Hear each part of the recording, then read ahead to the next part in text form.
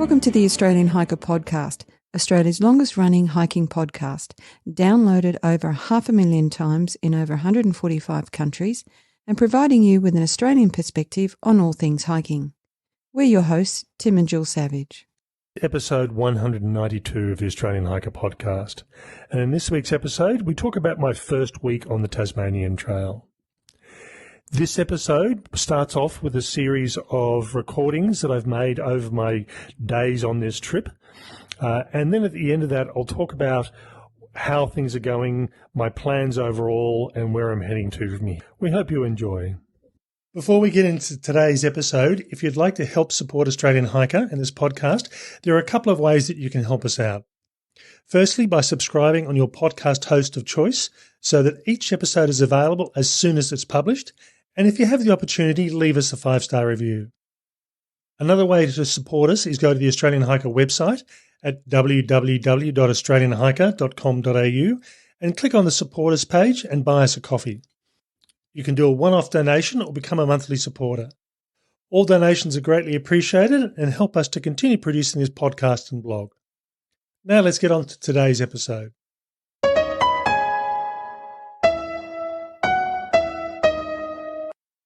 It's 9 o'clock on Thursday night, the 29th of July, and I'm just in my hotel room here in Devonport. Just had dinner, and I've just got all my gear out, set it all up, ready to do the pack in the morning. Today was basically travel day. I left Canberra at around about 10:15 this morning, flew directly to Hobart. And then a couple of hours later, I got a couple of buses to Launceston and then Devonport. I had someone ask me on social media why I did it that way, and in all honesty, that was the best option on the day. With COVID, with restrictions on flights, there really is limited flights to get in and around Tasmania, and even getting to Tasmania. And I preferred to actually fly directly from Canberra to Hobart in one go. One of the other options I had was a 30-hour flight with an overnight stop in Brisbane to actually get here. So the restrictions are making travel a bit harder. But yeah, and overall it wasn't too bad, really, from around about just after 10 o'clock this morning through to I got into Devonport at around about 7:20. So it wasn't too bad a travel period. Flight itself was fine down to Hobart. When I got to the city itself, I dropped my bag off at the bus company, went and bought gas, and I also replaced the duct tape that I lost at the airport this morning. So if you have a look at social media, that was a learning for me. But I managed to replace that. And originally I was getting prepared to have to go out and buy gas tomorrow morning, which means I couldn't have, I would have had to go to the outdoor stores at 9 o'clock and then head off from there. Given that I've pretty much organised and sorted out, I'll have an early sort of breakfast, and I definitely want to be walking by 9 o'clock at the latest, if not earlier than that. One of the things that I mentioned in the last podcast, I was concerned more about the snow in some of the higher areas, and even early this week and late last week, there was snow down to about 400 metres, which is a lot of the track all the way down. But the rainfall really has taken over from that. There are a number of rivers, particularly the Mersey River, which is the main one, which is where I am now in Devonport, that runs through this top area of the trail. It was 2 metres up over its normal level. So rather than being able to walk across a 40-centimetre rocky riverbed, I drove over the river as I was coming here, and there's absolutely no way knowing you could safely cross that on horse, on bike, or by walking, which are the options. So I had originally planned to do the flood detours, but certainly that's definitely the way I'm going to be doing it.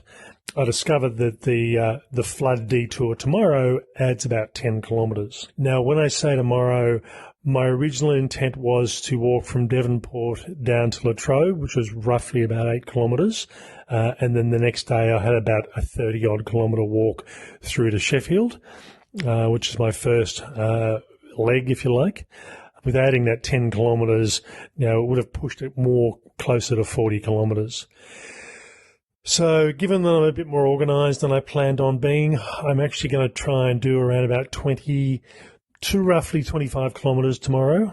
I'll see how I go, and that will leave me a reasonable sort of period of walk the next day without having to do a huge distance, but it still will be around about the 30-kilometre mark. When I got to the airport this morning, one of the things that did surprise me, I was expecting my bag and pack, because I put everything into a travel bag, just to stop any of the loose straps getting caught around. I was expecting it to weigh 22, 23 kilos, but I was only about 17.5 kilos. Now I need to add water to that. I need to add my fuel canister to that. I need to add some of my electronics to that. So really that will take it up to probably 20, 21 kilos by the time I load everything tomorrow. But I was expecting it to be a lot heavier than that. So it's a bit of a pleasant surprise. Having said that, though, I'm only carrying 5 days of food, where typically I can carry anything up to 8, 9, 10, or even 12 days of food in the pack that I've got. So I think it's worked out quite well. One of the things that I noted today as I was driving down, I was paying attention to sunset, and certainly 5 o'clock, it was relatively light, probably about 10 past, quarter past 5, the sun had dropped below the hills. And from my perspective, I like to be set up cooking food and eating while it's still light. And as soon as it gets dark, I'm in bed and I go to sleep. It doesn't matter how early that is. From my perspective, looking at it today, I think realistically the latest that I want to actually be setting camp up is around about 4:30, but preferably 4:15 is probably where I'll be aiming at. So again, tomorrow when I'm walking, providing I'm feeling up to it, I'll keep on walking till sort of 4, quarter past 4, and then I'll look at stopping in a location that seems suitable. Looking forward to this walk. It's a bit of a different walk in many respects. It is a multi-use trail, so there's a lot of management road. There is some road walking. It's not a huge amount of off-distance track because it is designed to be done by cyclists as well as horses. So it's not a narrow single track through the middle of the bush in through dense foliage. So I'm looking forward to that. It is a 3-week trip, so snow is not going to be unexpected, but realistically, getting to Bracknell at around about day 5, and then I've got a couple of days walking up over the Central Plateau, which is where potentially that's where the snow is going to be the issue. And I don't mind a bit of light dusting of snow, but certainly what I don't want is a metre of snow that I have to walk through. Having said that, I am carrying snowshoes, which is the first time I've ever done this on a hike. I have also bought and am using a pair of mid-weight boots, I suppose, for want of a better term. They're fairly robust, but they're not full-on leather boots, and they're quite comfortable. And I really didn't feel like post-holing in the snow. I'd rather have the snowshoes just to cover it. Now, it means that they're going to be strapped to the back of my pack. I may not use them for the entire trip. We'll see what happens. But, if the snow does get a bit deep or a bit soft, I've got something just to allow me to walk through without actually, as I said, post-holing, which is where you sink into the snow as you walk, and allow me to keep a decent sort of pace. So I'm trying to get across the Central Plateau. It's around about 40, 46 Ks in total. And I will do that in 2 days. And if the conditions are good, I will probably do a big push, do 35, 36 Ks, and then, do the last 5 or 6 Ks the next day to get up off the high areas back down into the lower altitudes.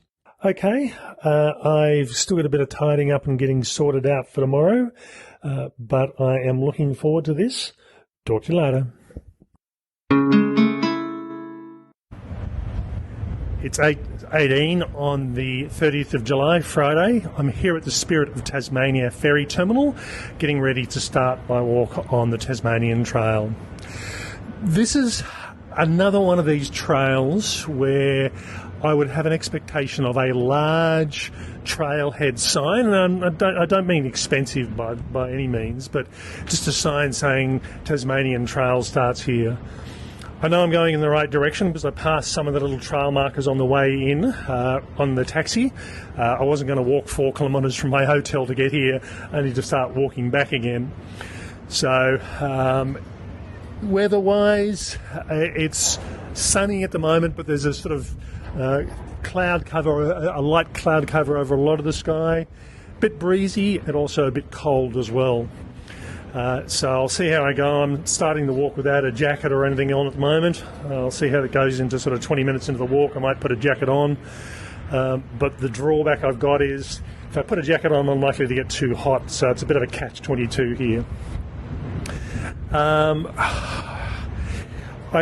was hoping to start around about 8:30, so I'm pretty much on track now.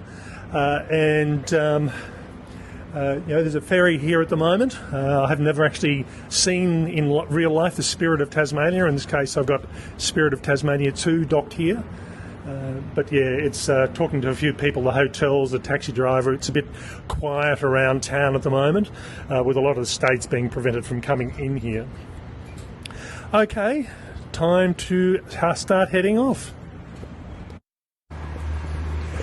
It's 11:13. I'm at Latrobe, in the middle of the main street, if you can't already hear that in the background with the trucks coming through. It's a fairly busy street, actually, which surprises me considering it's a little town. Just sitting outside one of the cafes, and in fact the bakery. Just had a meat pie and a hot chocolate for lunch, and I just need to now go and grab some food for dinner before I head off. So I've done almost on 8 kilometres, and I want to do another 12 kilometres by the end of today, and providing the weather doesn't get horrendous, which it is forecast to rain, I'll keep on walking through till about 3:30. But I've got a place in my mind of where I want to stop, but I'll see what the conditions are like. Okay, talk to you later. Good evening. It's just on 6 o'clock. I've been in my tent for roughly about 2 hours, having made camp at 3:40, and I started looking for places to set up from really around about 4:15 onwards. Walking through the eucalyptus plantation south of Latrobe, there were some really good spots, protected, sheltered, water close by, albeit from large puddles from the rain. But it was just a bit too early to set up. So I exited the plantation, and then I was walking along the road with narrow shoulders, no shelter, and the only place I could have set up tent was in someone's property, but there was stock in a lot of them, so it would have been a bit hard. So I kept on walking, and once I passed a batch of farms, I started to get more into forest. I found what looked like a really good open paddock, only to discover that was a shooting range. I thought, well, that's out. And then I kept on walking probably about 500, 600 metres past that into open forest that wasn't fenced.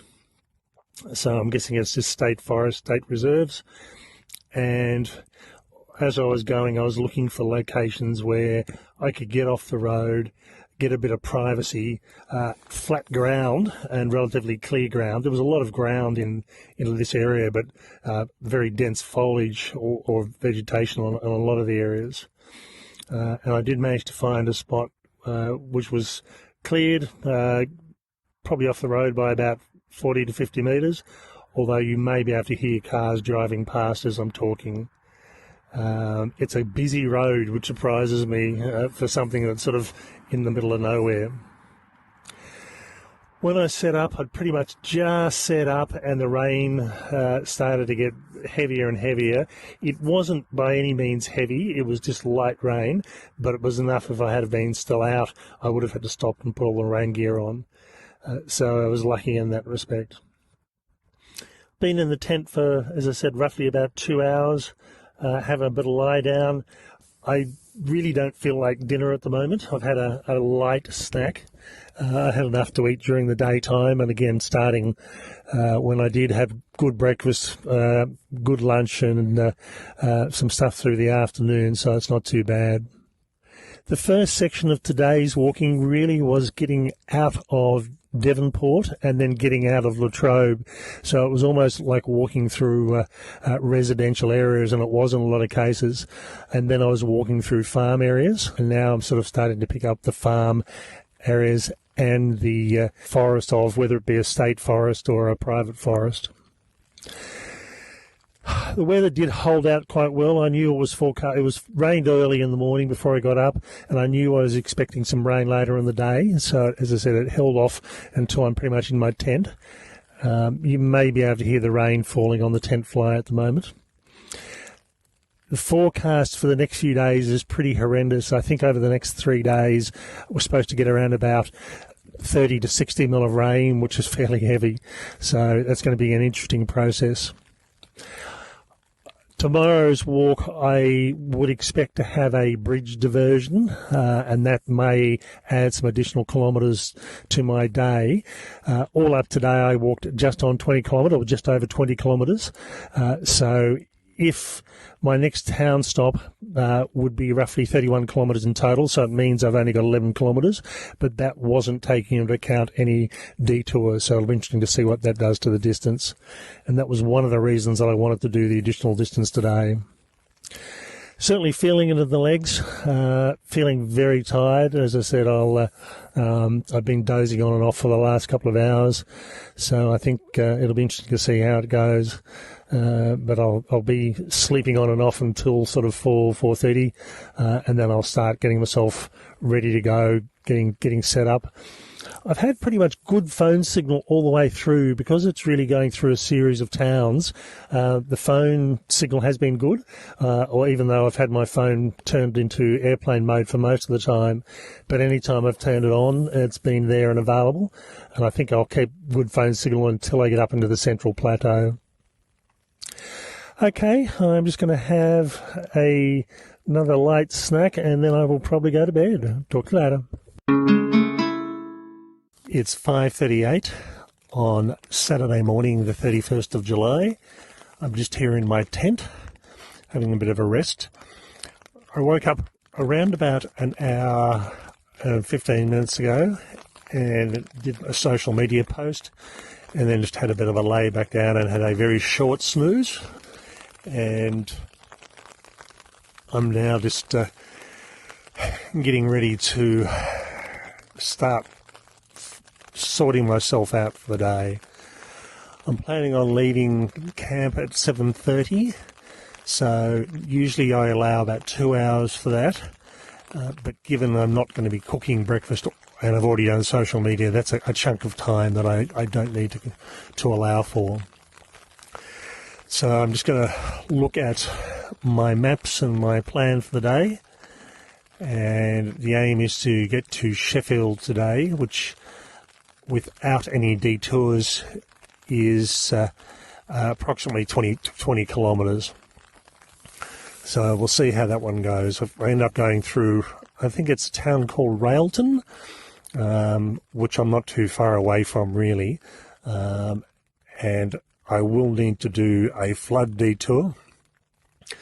The weather forecast over the next few days is for reasonably heavy rain, and I think over the next 2 to 3 days we're expecting anywhere between 30 to 60 mils of rain, so that's quite a lot.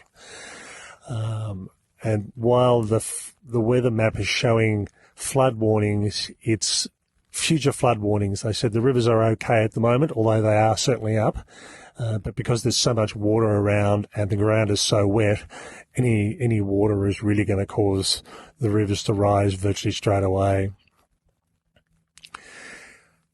Pretty much road walking for at least until I get into Railton, as far as I can tell. And given that I'm doing the diversion, I'm probably also going to be walking along road to get into Sheffield as well. It's been raining for on and off for most of the night. Not heavy rain, but certainly steady rain. And where I've actually camped is off the side of the road.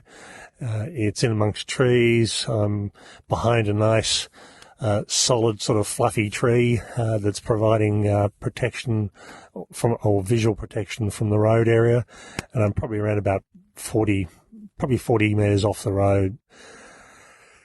I was really surprised at the amount of traffic that was using this road late in the afternoon. Given we're in a rural area, I didn't think it'd be this busy, but it surprised me. As I was doing the social media this morning, I was watching a leech that was sitting just on the outside of the tent inner, working its way up and down, trying to get in towards me. And from what I understand, leeches tend to detect CO2, which means there's an animal of some sort breathing around, so that's what they head towards. And this thing was sort of circling around my face area for around about half an hour, trying to find a way in. But I think it's either moved off further down the tent, but I can't see it now. I know Tasmania has leeches, but I just hadn't really thought about it. It's just not something I'm used to seeing on the tent. Had a fairly long time in the tent. I really got into the tent at around about 4 o'clock last night, so it's been over 12 hours I've been in the tent. Getting ready to move on. I cannot sleep for that length of time. It just doesn't happen. So my sleep was reasonably fitful last night, apart from a couple of toilet breaks. And I was just dozing on and off rather than having deep sleep. Okay, I will start looking at my maps and work out what's happening for the day and start getting ready to move on. Talk to you later. Good evening. It's 7:45 on Saturday the 31st of July, and I'm actually staying in the Sheffield Motor Inn rather than tenting it. I got here this afternoon, probably around about 1:45, and just decided it was I wanted a bit more of a comfort stop. Also, given that I managed to avoid getting wet feet the entire day and coming out of one of the farm areas into Sheffield itself, managed to go basically the top of the boot went below water in cow manure water, and I decided it was a good opportunity to dry everything, including my gear, in the hotel. I've been spending the last few hours planning, looking at what's happening over the next few days, having a meal. I must admit I haven't been overly hungry on this hike. Not that I haven't been doing much effort, but I'm just carrying more weight than I like. So there's certainly plenty of weight, or plenty of body fat that I need to lose. And it must admit it's also been another issue that I haven't really been that thirsty. Typically, when I'm hiking, it's either blowing a gale or it's boiling hot, which requires me to drink a lot. And I think I started off with a 2-litre bladder of water, and there's still some water left in it after the second day. Now, it's not to say I didn't have anything else to drink. I had 2 hot chocolates, and some water or some Coke over the last couple of days to add to it. So it surprised me that I just haven't had that much need for moisture. And I didn't wake up with a headache this morning from lack of moisture, but it's something I am conscious of, to be able to eat and drink a bit more on a regular basis. As I mentioned, I'm doing a flood detour tomorrow, and as I left my campsite this morning, there was a reminder as I passed a single lane bridge heading towards Railton, to check the water level, because if I couldn't comfortably get across there, I wasn't going to be able to get across at a later stage.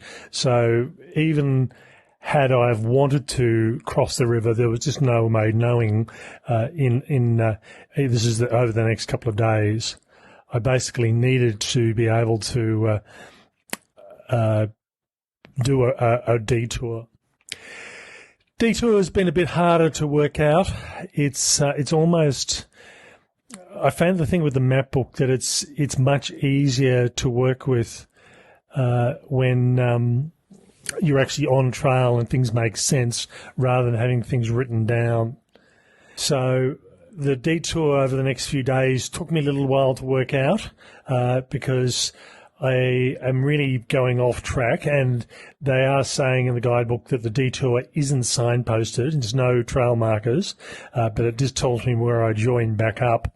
And I actually joined back up in partway into stage 4, which is over the next couple of days.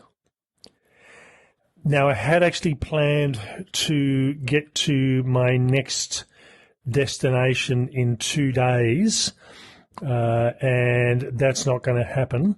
It realistically, its potential is there to do it in 2 days. It's 62 kilometres, but I'm just not up to doing 31 kilometre days at the moment, 20, 21, 25 maybe, but not 62. So I'm having to reassess how things go, add time where need be, and I have got about 6 days up my sleeve of leave that if this trip takes me longer than originally planned. So hopefully I'll be able to get through this in the time frame that I have allotted, and on day 2 I'm where I'm supposed to be, but certainly I'll see how it goes. I think it's more than likely I'm going to have to add 2, maybe 3 more days to the trip to actually get into the system quite well. The towns I've passed through so far, Railton, tiny little town, but it's a good enough size. There's a couple of cafes, a post office, so I stopped at one of the cafes and had some food. I didn't have much for breakfast, so this was almost a brunch in some respect.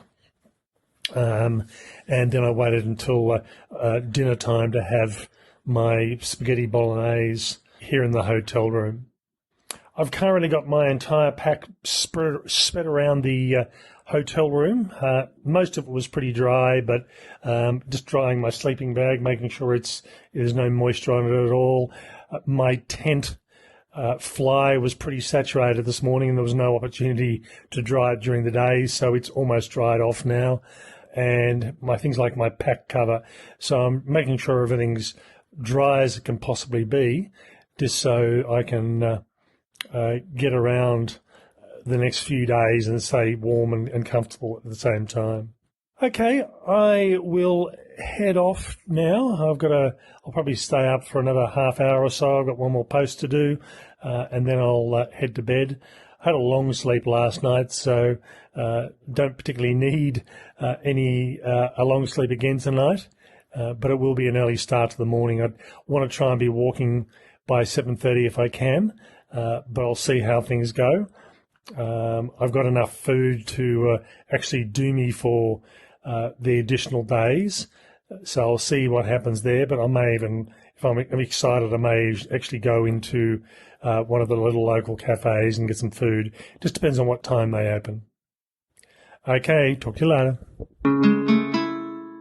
It's 7:33 on Sunday the 1st of August. I'm just here in my hotel room in Sheffield. I've packed up. I just got to put my shoes on, go to the bathroom the last time, and then head off. Today's a bit of a surprise. It's sunny and very little cloud. I know that probably won't last, and certainly the forecast isn't for it to last, but I'll take what I can get, and any hours of sunlight is greatly appreciated. I think looking at the forecast for today, Sheffield, it's saying it's 3.1 degrees, feels like minus 1.3, and that's lovely. Possible light morning shower. So they're saying 0 to 0.4 mils of rain during today, which is pretty good. I think the original forecast was anything over the last few days, potentially 20 or 30 mils of rain. So happy with that. Today's detour day, about 11.4 kilometres into this morning, I've got a turn off that I need to make sure I pay attention to, and that'll take me around the flooded river, which I normally would have to cross through the water, but there's just no way knowing at the moment. Had a good night's sleep. I was hoping to get away at 7:30, And I think yesterday was the first time that I've ever gotten away right on time. It's always been a couple of minutes late, but I was actually a minute or two early yesterday. And today I'll probably be about 10 or 15 minutes late. Just need to call my wife, Jill, say hello, and move on from there. Talk to you later. It's 11:58, and I stopped about 15 minutes ago just to have lunch, only because I had a good log to sit on in a nice sunny spot, albeit in a very windy spot. So my apologies if it gets a bit blowy every so often. There's just a bit of a lull in the wind, so I thought I'd do a recording. In around about 2 kilometres, I pass my first little bridge, and then very shortly after that, I've got my turn off on the detour, which will take me around having to basically swim across Mersey River because, again, the water level is pretty high at the moment. I would be really surprised if I get there and find out there's no water in it at all. This morning's been quite funny. I started off with my puffy jacket on and stopped about 15 minutes later and took it off. And then it was sunny and it was quite nice, and all of a sudden, out of nowhere, I just got rained on by a very localised shower, and it really was just over me, and probably about 100 metres in every direction, and I raced into a shelter of some trees, got all my wet weather gear on, and by which time the rain had stopped and has continued to stop all morning, so it's actually been quite nice. Having said that, where I'm sitting at the moment is just across the road from somebody's house, and it's also at the base of Mount Roland. So I've gone almost past Mount Roland, and I think you're getting the wind and the weather coming up over it and just dumping down at the base of it. So far it's been walking through farmland and forestry area, and the change in elevation has been noticeable today. The last 2 days, while there has been a change in elevation, it's been to the point where you didn't notice it. Whereas today, for my first steep hill, I thought, okay, I'm going down, which means I'm about to have to go up. And sure enough, as far as I went down, I went back up again. And it's been up and down pretty much all morning. So it's felt like it's been quite slow.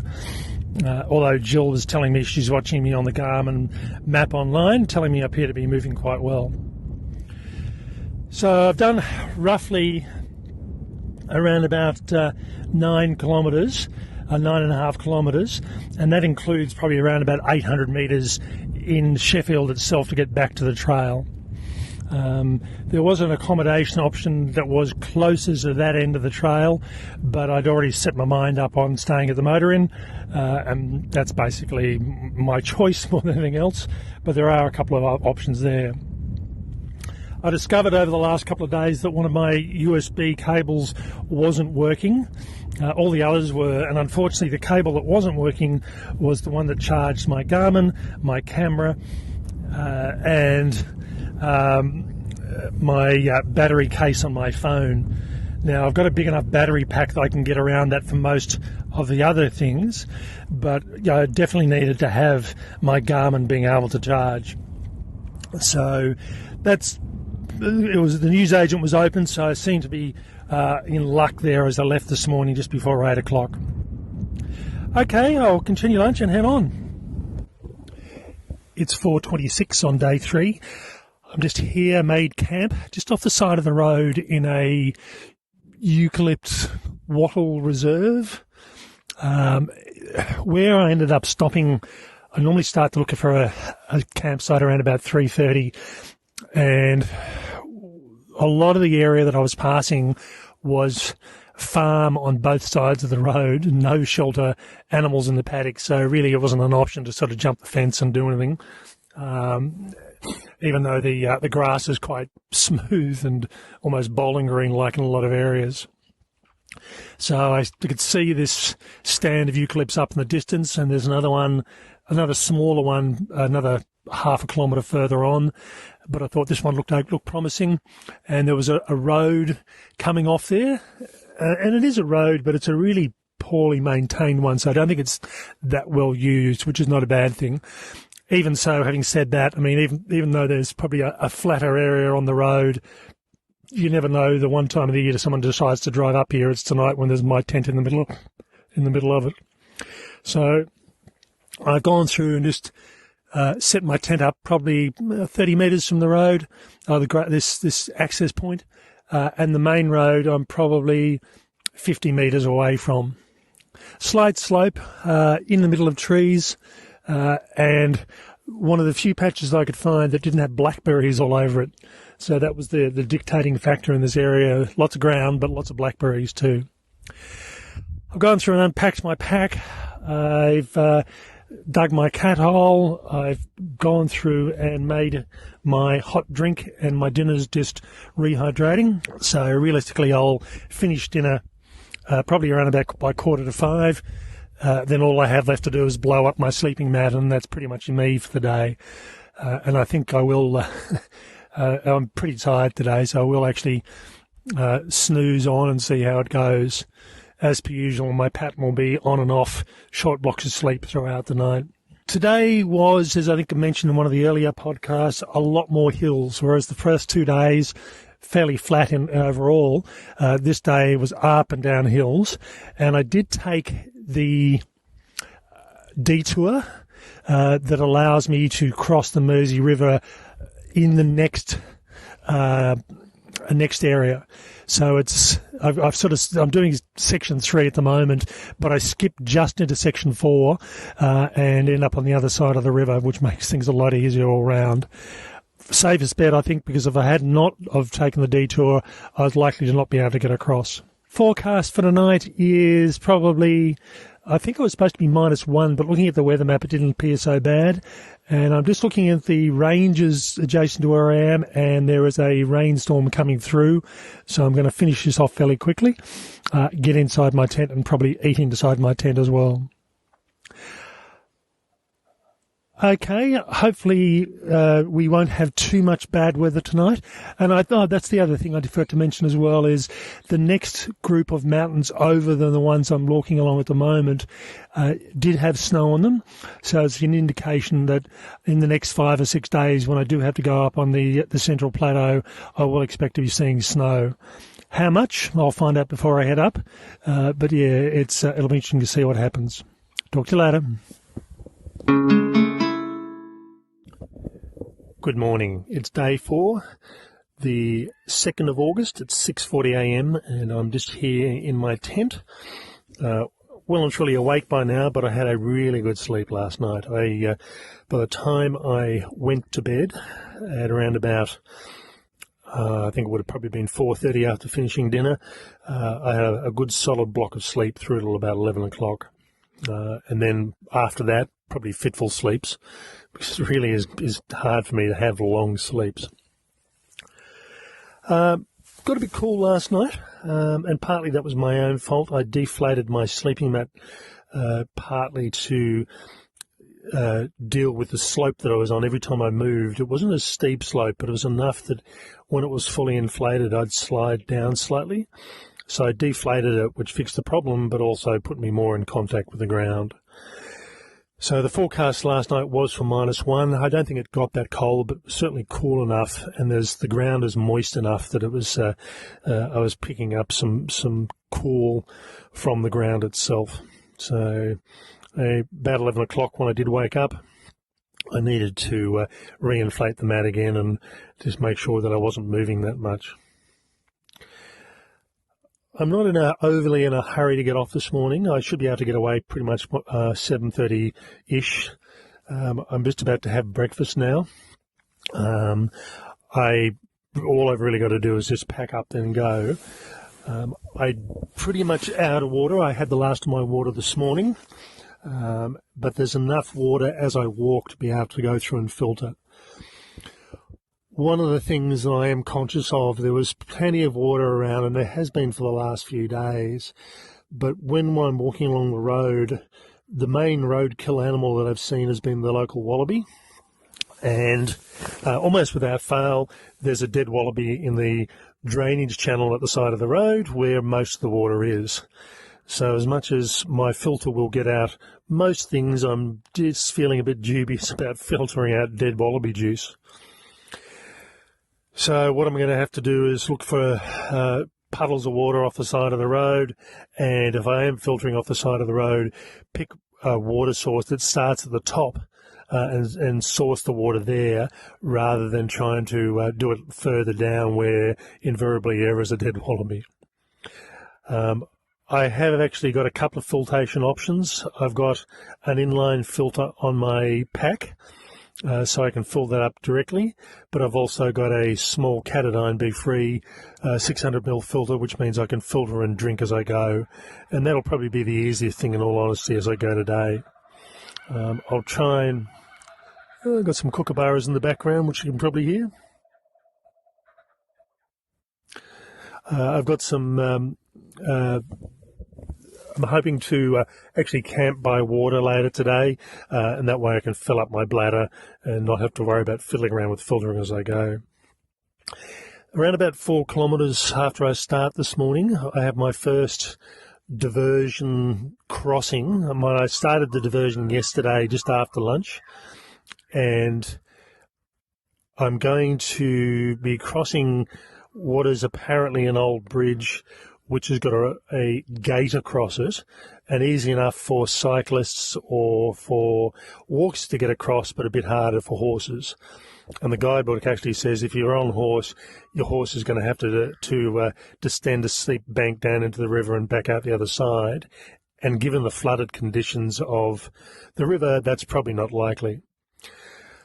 Worst case situation, I should be able to get across this, but worst case, if that is flooded, if the water is that bad, I'll have to start doing some hard and fast thinking about what my options are, but I think I should be okay. I know the area around that area I'm going to has been flooded, but I think the flood diversion gets me around that, but I'll soon find out when I get there later today. The rain wasn't overly heavy yesterday. Certainly the night before I had heavy rain and steady rain, but pretty much yesterday, apart from a couple of small showers, it was pretty good. So I'm hoping that the water levels will not be overly huge. The big problem is there's been so much rain over a period of weeks that the ground is saturated, so any water that does hit is tending to run off and not to soak in like you'd expect when it's been much drier. Okay, I'm going to have breakfast, pack up, and then I'll head off. Good evening. It's day 5 of my Tasmanian Trail trip, and it's 6:53, and for me that's a late night. I've normally had dinner and gone to bed, and I'm trying to sleep around about 4:30, 5 o'clock. So tonight, or today, has been a very different sort of day compared to the other days. Average just did on 20 kilometres again, so that was pretty much the same. Had a couple of off-track adventures. I got to one turn, I'm thinking, not quite sure, but this looks like the obvious one, and ended up costing me about 1.2 kilometres to find out it was a driveway essentially to a property. And then I had to walk back again. I then came through one of the eucalyptus reserves, missed the sign. In fact, there was no turn-off sign, and ended up going up the top of the hill. I could have actually connected by coming down the hill, but given that the hill was just covered in bracken, and while it's cold, I am not trusting enough to think that there wouldn't have been tiger snakes or anything else scattered through there as well. So I backtracked and found the trail and realised there was no sign, and then walked in 50 metres and found the sign. So I think the Tasmanian Trail is saying that sometimes they do get pinched, or in this case here, there's been a lot of recent logging done, so I think there might have been a sign there at one point, or a turn sign. It no longer exists. So I got to the crossing of Lobster Rivulet, which I'd already crossed today on a bridge, and a bit surprised in some respect. The reason I did the detour was to get over this, basically the Mersey River, and there's a photo in today's post, and include some photos of that in the podcast as well, where there's no way knowing, you'd need a canoe at best to get across, and that was where I crossed. And even if it had been much better or much narrower where the crossing point was, it would have been really difficult. Lots of uphill and downhill today, and I got to what I thought was going to be a crossing at probably around about 3:45. I thought the timing was good, only to discover that this it wasn't a bridge at all, but it was actually a water crossing, and this is over Lobster Rivulet, which is the one that I crossed earlier on this afternoon. Conditions really hadn't changed from where I crossed before, and I spent probably half an hour going upstream, downstream, looking at the options, looking at the alternatives. And had I have been with another one or two people, it might have been doable.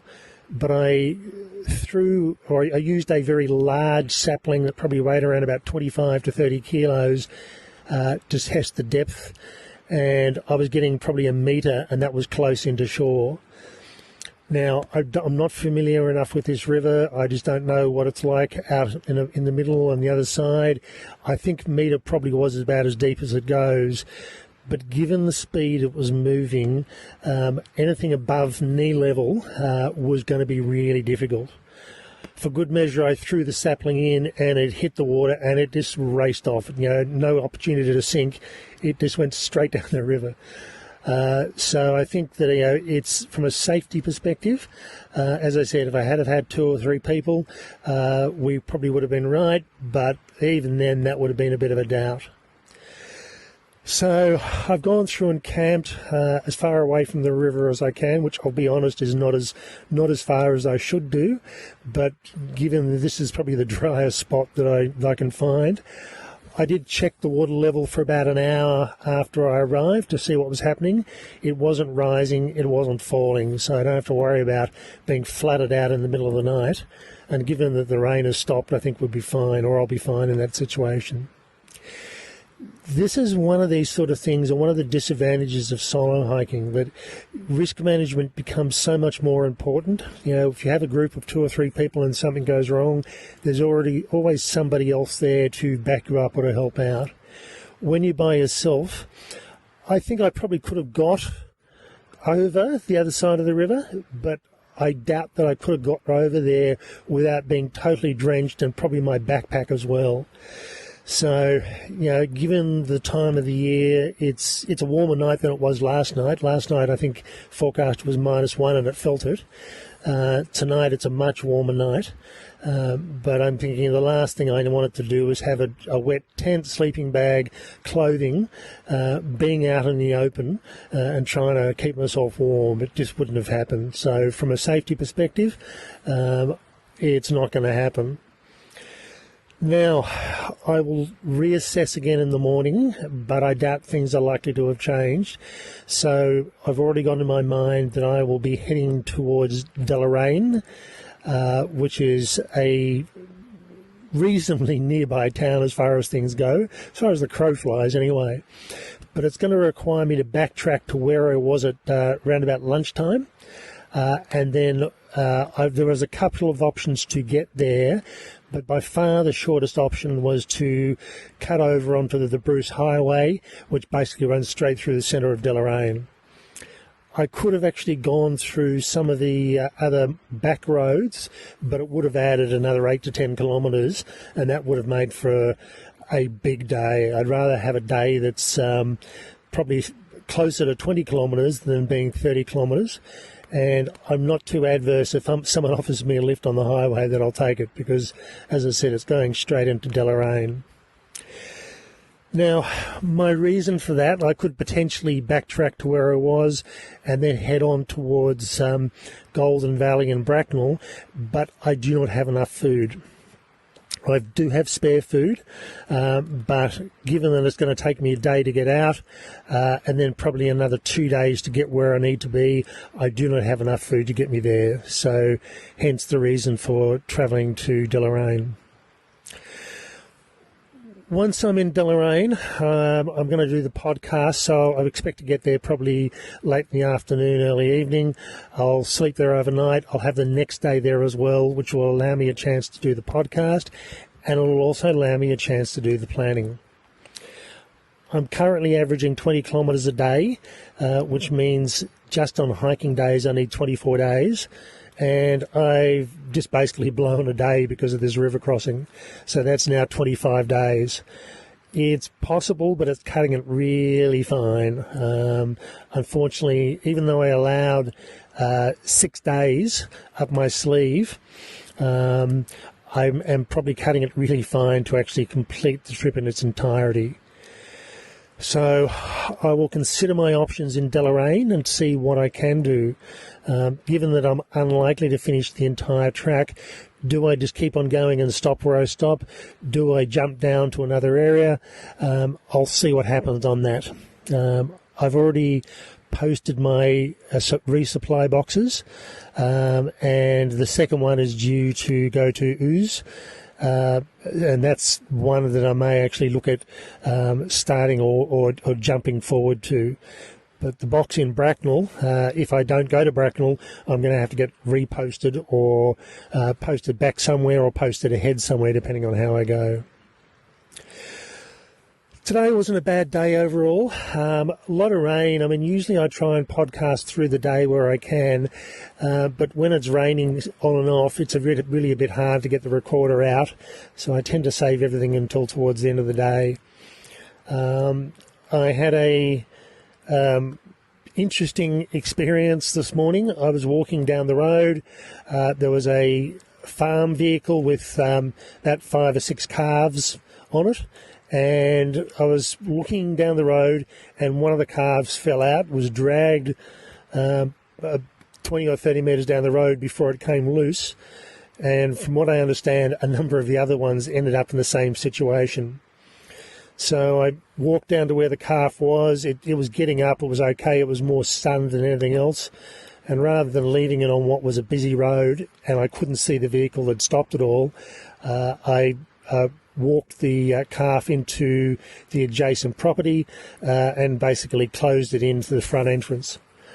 I did knock on the door, I did call out, I walked around the house, couldn't find anybody, but again the option, as I said, was to leave it out in the road, in which case, given the traffic, it wouldn't have survived. I walked down the road probably another 70 or 80 metres and saw the farmer collecting cows and mentioned where I'd parked the other one, and he sort of wandered off to go and collect the last calf. So not good for the animals.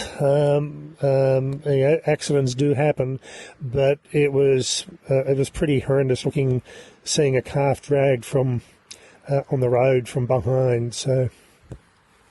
But yeah, I could only do what I could do and just try and get off the road and get it safe. It rained on and off again first time, rain, put my gear on, and then by the time I get my gear on, pretty much it had stopped. But I thought, this is a pattern, so I left my rain gear on pretty much for most of the day. And sure enough, afternoon it rained, and it rained reasonably heavy just after lunch. From there, as I said, I had a couple of off-track adventures, picking the wrong choices, but I ended up just at the river, which is where I'm close to at the moment. So this is as I said, it's an environmentally challenging track.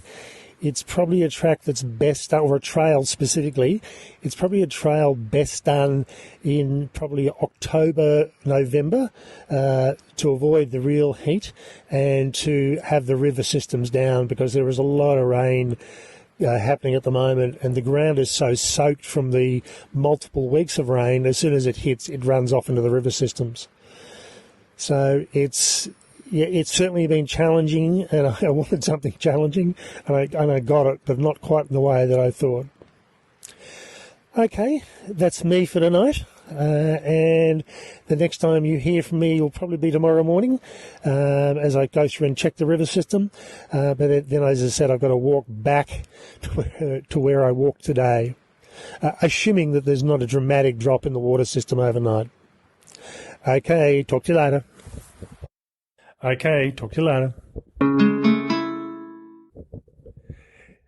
It's 5:15 on the 3rd of August, and I'm sitting here in my hotel room in Deloraine.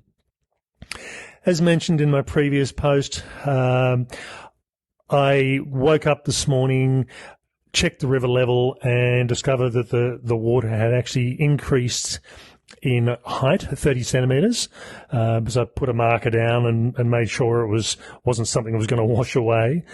And if anything, the water probably wasn't as rough, but mainly because it was deeper. So I decided, or I pretty much decided anyway, that I didn't think it was going to drop, if anything. So I started heading back the way I came yesterday, with the intent of going to Deloraine. Now, I could have actually kept on walking, I suppose, bypassed Deloraine and gone around, but my issue was lack of food more than anything else. I've got a day and a half for the food, and it would have taken me longer to get there, and my next resupply wasn't for another couple of days after that. So decided to, as I said, to spend some time in Deloraine. Usually I do actually plan a rest day, and that allows me a chance to do the podcast, and that's, as I record this, that's tomorrow's job. But I find that typically I'll get into a place lunchtime or later in the afternoon, have one night there, then have the next night before I head off, and that's enough time to allow me to catch up on social media if I can, do the podcast. The trip out this morning, I was walking through a number of puddles on the track, and it was pretty obvious that the water level had risen because of the rainfall, not so much because of the river rising, because I remember it being a bit easier to get through yesterday. I managed to steer myself in the wrong direction. I was walking up the road thinking, yep, there's the trail marker, and forgetting that the trail marker was the trail marker for when the river is not flooded. So I ended up, I'm walking down a track, I'm thinking, I don't remember this road and I don't remember this track. And sure enough, I got to a top of a hill and I could see Lobster Rivulet, where it actually met the main river. And I'm thinking, yeah, no, this is not the right way, and no, I'm not going to be able to get across. So I backtracked and worked out where I was supposed to be, but that probably cost me around about 25 minutes in total. The trip back up the hill, and that's what it was, because yesterday was almost all downhill. It was pretty, it was easier, I suppose, because I knew where I was going. I'd been there before, and it made it an easier process. I decided on the easy way out, and I got back to the intersection of the road I turned off to and called a taxi from Deloraine, because I thought otherwise I'm just going to be walking down the Bruce Highway, Highway 1, and it would have taken me until probably 4 o'clock this afternoon. So instead I got a taxi, got into Deloraine probably around about 11:30 this morning, and checked into my motel. Reasonable size town, Deloraine, has Woolworths, has a number of cafes and shops, so it's not tiny. So it's a good place to stop and spend some time. And I'm staying in one of the old hotels here, which is the Deloraine Hotel, and it's this lovely old hotel that's been done up, and it's quite nice. So the plan is tomorrow. Today I've actually got all my stuff spread all over the room, drying. It's actually got a bar heater, which is an advantage when you're trying to dry hiking gear. So my boots are the driest they've been since I've started. They've never actually leaked, apart from the fact that when I trot in cow water, but otherwise they've got a chance to dry out, which is quite good. Everything else is just sort of spread around the room, drying out, and I'll pack as far as I can tomorrow before I plan to what's going on. I think looking at the options, looking at the time available to me, I am going to skip a section.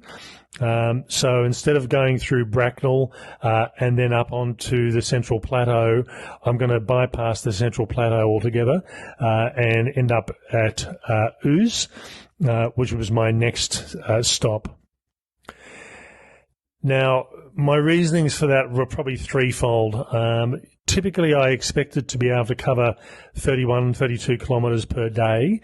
And even though this trip didn't allow for those sort of distances, I needed to be travelling probably 25 to 27 kilometres a day to do it in the time planned. But realistically, there's a number of reasons I was travelling a lot slower than I'd originally planned. One is that I was around about 7 kilos heavier than I should be, and that certainly slows you down. I'm carrying a 21 kilo pack, which is not overly heavy, but it's certainly heavier than what I'm used to. And lastly, I'm wearing boots. Now, the boots were designed to deal with the snow conditions or deal with the wet conditions as need be. As wonderful as boots are, they do slow me down. I can't go as fast. So I'm finding my fitness level combined with my boots and everything else, 20 kilometres a day is probably about it. I might be able to get another couple of kilometres out of that. And certainly by the end of the trip, I think I'll have no issues with that at all. So on the basis of that, it was going to take me 24 days of hiking, let alone any rest days, and that was cutting it really fine. I need to be able to get back to work on time. I can't ask for extra time off, and I can't just try and fly in the day before I go back to work either. That's just too much of a risk. So skipping that middle section will sort of save me sort of 5 days and allow me to, with luck, complete the rest of the trip or get as close as I possibly can. I think the thing that surprised me with yesterday's walk was the fact that I did a detour to avoid a river crossing. I went over Lobster Rivulet to avoid walking over through water and all of a sudden having to go back over Lobster Rivulet again, and this time having to go through the water. I looked at what was there and what was available, and even this morning, and the photo in the posts that I've been putting up do not do the river justice. It looked really easy when you look at the photo, but the water was moving a lot faster, and that wasn't being shown in the video or the image. And you couldn't see the depth from there. And as I said, the depth this morning was probably around about a metre, which would have meant had I been crossing or had decided to cross, I would have ended up getting waist depth. With the water hitting me, it would have been waist depth, would have been wet. And this was assuming that I didn't fall over and getting all my gear wet, like my sleeping bag and everything else. My gear is inside a closed dry bag, but even that, it's still not a 100% guarantee. And given that it is winter time, it was just too big a risk to take. And as I mentioned, being a solo hiker, this is one of the risks. You need to assess the risk more, whereas with 2 or 3 people, you might have been able to do it. With one person, if something had gone wrong, there was no one there to tell or nothing to do with that, apart from press the button on my Garmin to get, to be poured out of there. And that wasn't an option that was worthwhile doing. So for the sake of trying to do this as a true through hike, it just wasn't worth the safety issue. So I'll confirm what I'm doing tomorrow. I've had an offer of a local who I know, in fact, Paul, who did the podcast on the Cannibal Convict. He lives close by and he's offered to take me through to my next stop. And I really must say, the thing I like about hiking is that people are just so kind. They make offers where they don't have to. I'd had other people along the trail who'd also made offers of help. And hikers are really a good group of people. So I fully appreciate the support that people have offered. And even if I don't take it up, it's greatly appreciated. Okay, that will be it for today. And there'll be one final segment after this interview, confirming exactly what's happening and what I'm going to be doing. And that'll be the podcast for this week. Talk to you later. So that was my first 5 days on the Tasmania Trail. Been eventful, been enjoyable in varying quantities. So as I do this last recording, I'm sitting in my hotel room. It's around about 12:30 on the Wednesday, and I'm just doing the podcast, finalising that off, and that'll be published and up on the web in the next hour or two. And then I'm also doing some planning to work out what I'm doing for the rest of the trip. My decision basically is that I'm going to skip a section, and if I have time, I will come back to it. But I've decided to go from Deloraine to Ouse, which basically skips the Central Plateau. And that's been for a couple of reasons. Firstly, given the time that it's taken me and the speed that I'm travelling, I'm just not going to be able to do this trip without trying to rush it or get there in time. The other thing as well, I mean, the snow seems to have been varied. Some days it's there and some days it's not. But given my speed of my travel, I've just not really set up to do it. And again, from my perspective, I'm doing this because I enjoy doing this. I'm doing this because I want to be safe. I'm not doing this to prove a point.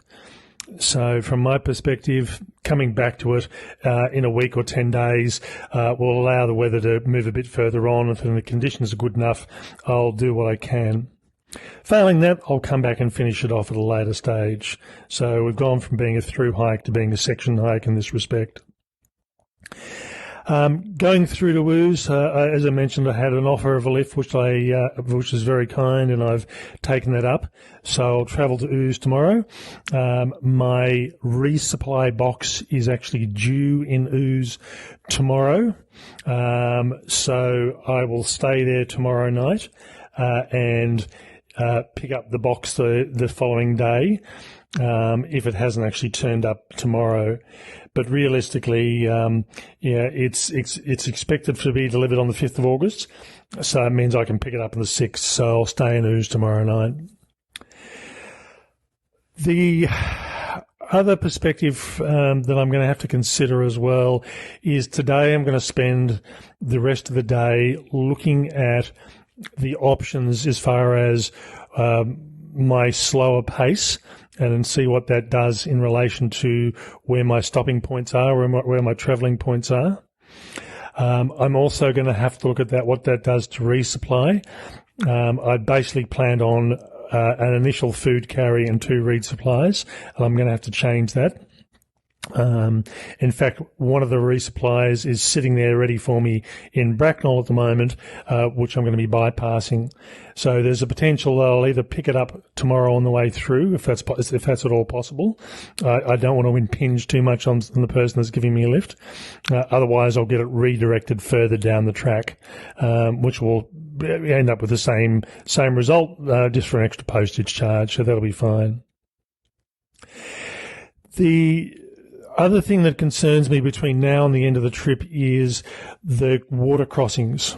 Now, doing this trip in September, October, early November, when the rainfall, and we are getting a huge amount of rain on the southeast part of Australia at the moment, which is hitting the top end of Tasmania. Those in Hobart don't seem to notice the rain so much, but they're quite funny when they're saying you're enjoying the sunny weather, and I'm thinking we're not getting that up here. So I think it won't surprise me if I'm going to have to do some road detours further down the track. And I think from my planning perspective today, what I'll end up doing is looking at where the river crossings are and work out the detours as I come close to them. So rather than getting to a river and assuming that I can cross, I'll work out what my detour point is and cut into that sooner rather than later. There still is a snow section potentially on the southern part of the trail, but it's much smaller than the area up north, so that doesn't worry me as much. And as I said, it's towards the end of the trip, so providing things are going well, it means I'll be able to cut in and finish that off, and hopefully finish in Dover with plenty of time. The section that I'm missing is roughly around about 100 kilometres. In fact, it's about 120 kilometres. So it should mean that that's about 5 days that I've picked up, even though I've lost a few days between what's happening at the moment. So it should give me enough time to actually get to the end of the trail in Dover. But again, I'll see how I go. I'm comfortably traveling 20 kilometres a day, but I just don't want to assume that there won't be any more detours or any more issues that I have to deal with. Now, the trail itself, so far, it's been interesting. It's very much a remote trail, and I think the thing that people need to be aware is that this is a multi-use trail. It is not a bushwalk. And I know John Daly, who's a well-known guidebook writer for travel for hiking trails in Australia, he says this is not a hiking trail, and it isn't. It's a walking trail, it's a riding trail, it's a cycling trail, and it'd be quite an interesting thing to do as a cyclist. And that's something I might even consider at a later stage, because being able to do it in a different format and do it at a different pace would be quite interesting. The scenery's been quite good. From my perspective, Tasmania is probably the state that I know least about. I have visited once before to do the overland track, and I'm coming back later in the year with Jill to do the Three Capes walk, but really I've had very little to do with Tasmania itself. So this is a good opportunity to basically walk through the heart of Tasmania, and while I won't see everything, it'll give me a good opportunity to see what's here. It has surprised me that the number of people that either live in Tasmania or in Australia, for that matter, who don't know about the Tasmanian Trail. It's not as well known as the Bibbulmun or the Hyson or the Overland Track or the Australian Alps Walking Track because it's probably a multi-use trail, but it's something not to be dismissed. It's a good opportunity, particularly if you live in Tasmania and you don't want to travel anywhere, to be able to do it by sections, do it all in one go, and it does give you a good idea of different landscapes throughout the state of Tasmania. Okay, so I'll finish off for today. As I said, my plan is next time to start off in Ooze. So the next recording will be sometime next week, but given my timing and my time frame, I'm not exactly sure which day that will be. I try where I can to post on Wednesdays or late Tuesday nights, but I'm at the whims of the internet. And at the moment, I've had good internet signal on most of the trail, with one exception. So it'll be see what happens next week and see how I go. It'll certainly be a different landscape, because I'm shifting into a different environment. So I'm hoping that things will be slightly drier as well. Okay, that's all for me this week. Bye for now.